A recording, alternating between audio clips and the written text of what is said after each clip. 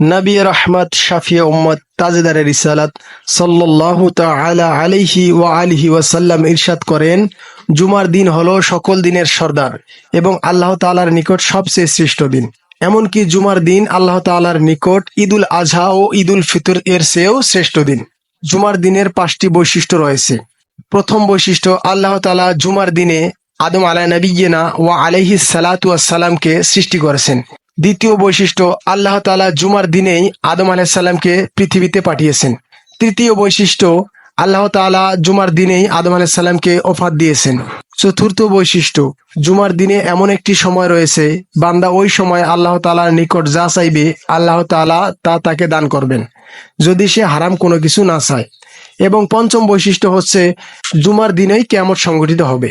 আল্লাহ তাআলার সান্নিধ্য লাভকারী ফেরেশতা, আসমান জমিন, বাতাস, পাহাড় পর্বত, সমুদ্র, এমন কোনো জিনিস নেই যে জুমার দিনকে ভয় করে না।